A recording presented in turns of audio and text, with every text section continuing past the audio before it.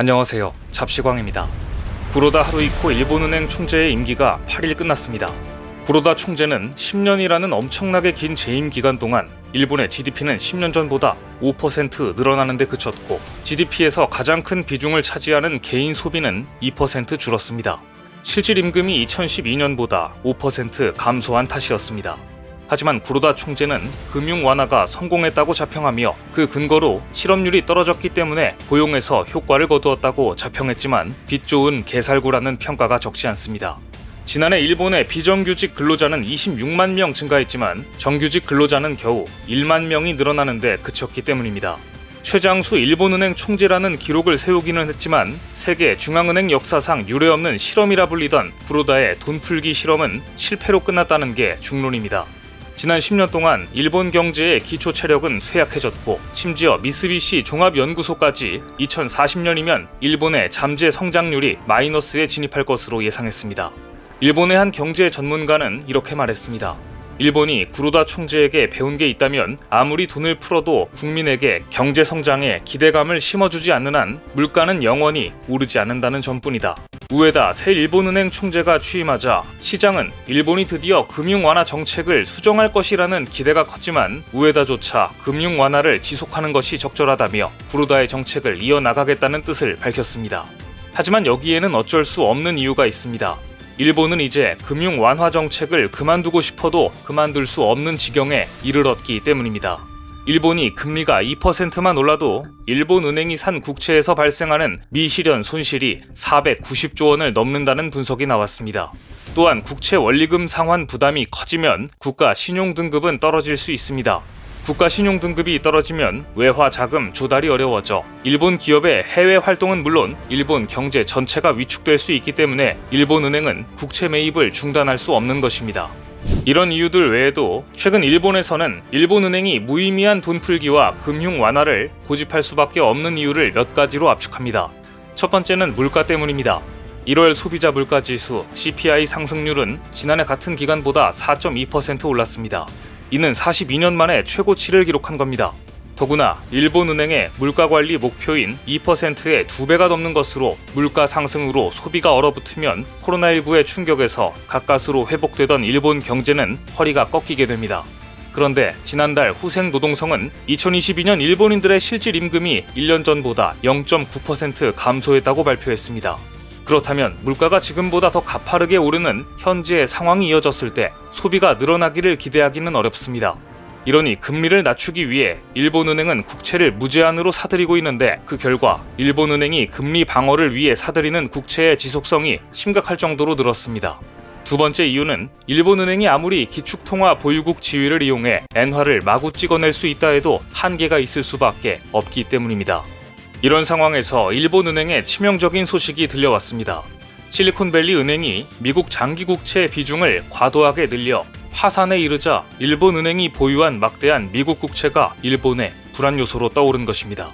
일본 은행들은 지난 10년간 예금으로 들어온 대규모 현금을 일본 국채가 아닌 미국 국채에 투자해 왔습니다. 따라서 일본은 미국 대출채권담보부 증권, 유럽 모기지 채권의 큰손이었습니다. 그런데 지난해 고강도 긴축으로 채권 가락이 급락하면서 미 국채의 평가 가치도 동반 하락했고 일본 대형 은행이 보유한 달러 표시 채권에서 발생할 수 있는 최대 손실 금액은 2조 2,900억 엔으로 증가했습니다. 일본 지역은행의 경우 같은 기간 손실 금액은 2배로 늘어난 것으로 추산됩니다. 일단 일본의 다수 은행들이 미국 국채에 물려 천문학적인 손실을 입었고 SVB와 같은 길을 걸을 가능성이 매우 높아진 것입니다. 그런데 이런 상황에서도 일본은행은 제로금리 유지를 위해 일본 국채를 다수 매입했습니다. 금리 상승 압력이 커지는 상황에서 장기 금리를 0% 정도로 억제하는 제로금리 정책을 유지하려면 어쩔 수 없는 선택이었던 것입니다. 결국 10년간 제로금리를 유지하기 위해 인위적인 돈풀기를 지속했던 일본은행에 사실상 사망 선고가 내려졌습니다. 얼마 전 크레딧 스위스의 파산 위기를 정확히 예측했던 금융 전문가가 다음 타깃을 일본은행으로 점찍었기 때문입니다. 리치글로벌 창업자 로버트 기요사키는 한 인터뷰에서 일본은행이 제로금리를 유지하면서 파생상품 시장에 투자를 한 것이 우려된다며 다음 부도는 일본은행이 될 소지가 있다고 예견한 것입니다. 로버트 기요사키는 투자의 규제, 워런 버핏이 파생 상품을 대량 금융살상 무기라고 언급한 것을 상기시키며 여기에 1000조 달러라는 막대한 자금을 투자한 BOJ의 포지션이 취약해지면서 자칫 글로벌 경제까지 위협하고 있다고 지적했습니다. 로버트 기요사키는 얼마 전 크레딧 스위스 사태를 정확히 예측해서 화제가 되었는데요. 그런데 실제로 이미 일본 은행들의 실적은 바닥을 치고 있습니다. 일본 은행들은 유동성과 실적 회복을 위해 인터넷 뱅크 설립에 희망을 걸고 있지만 최근 이마저도 완전히 실패한 것으로 결론이 났습니다. 2023년 3월 30일 라인과 미즈호는 2018년 11월 공동 출자를 통해 이루려던 인터넷 전문은행 설립을 포기하겠다고 밝혔습니다. 이유는 시스템 개발에 어려움을 느낀 나머지 인터넷 전문은행 설립을 포기하기에 이른 것입니다. IT 시스템 분야에서 정말 자신이 없었는지 이마저도 한국 기업 라인과 협업을 시도했지만 결국 최종 포기를 선언하고 말았습니다. 시스템 개발에 어려움을 느끼다니 한국에서는 이미 인터넷 은행이 완전히 자리를 잡았는데 일본에서는 왜 이렇게 어려운 것인지 모르겠습니다. 얼마 전 일본의 유명 평론가는 일본 경제가 어째서 한국과 독일에 패했는지 자세히 분석했는데요. 일단 기본적으로 일본은 독일의 상대가 되지 않는다고 평가했습니다. 하지만 한국에게는 역전을 당했다고 평가했는데 그 이유를 글로벌 경제 상황과 상관없이 무지성으로 유지해온 저금리로 들었습니다. 한국은 1990년대 이후 IT와 반도체 분야에서 눈부신 성장을 이뤄내 일본을 능가하는 공업국이 됐다고 평가하면서 한국은 2010년 이후 연평균 3%라는 고성장을 이뤄냈는데 이는 삼성전자와 같은 최첨단 IT 산업이 주도했다고 분석했습니다. 그런데 한국은 일본과 달리 지난 10여 년간 고금리 정책을 채택해 환율만 보면 오히려 수출 기업에 불리한 요건이었습니다.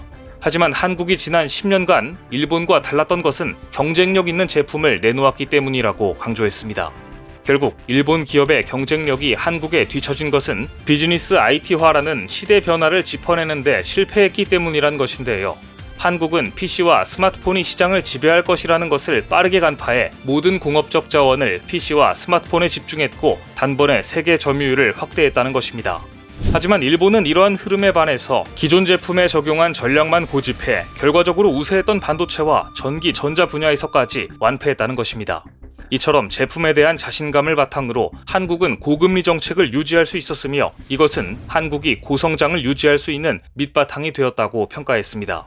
반면 일본은 저금리 정책을 펼쳐야 수출에 유리하다는 1차원적인 사고에 집착하면서 산업 성장이 멈추었고 제품 경쟁력을 잃어버린 것입니다. 사정이 이런데도 구로다 일본은행 총재는 임기를 마치며 지난 10년을 이렇게 자화자찬했습니다. 대규모 금융 완화는 다양한 효과를 거두고 있다. 현재까지 정책 운영은 적절한 것이었다고 생각한다. 일본의 GDP 대비 부채 비율은 선진 7개국 가운데 압도적인 꼴찌입니다. 선진국 가운데 파산할 가능성과 돈을 갚지 못할 가능성이 가장 높은 나라가 된 셈입니다. 결국 구로다는 끝끝내 자신의 실책을 깨닫지 못한 채 퇴장하고 말았습니다. 오늘 준비한 소식은 여기까지입니다. 댓글을 통한 여러분들의 많은 의견 기다리겠습니다. 시청해주셔서 감사합니다.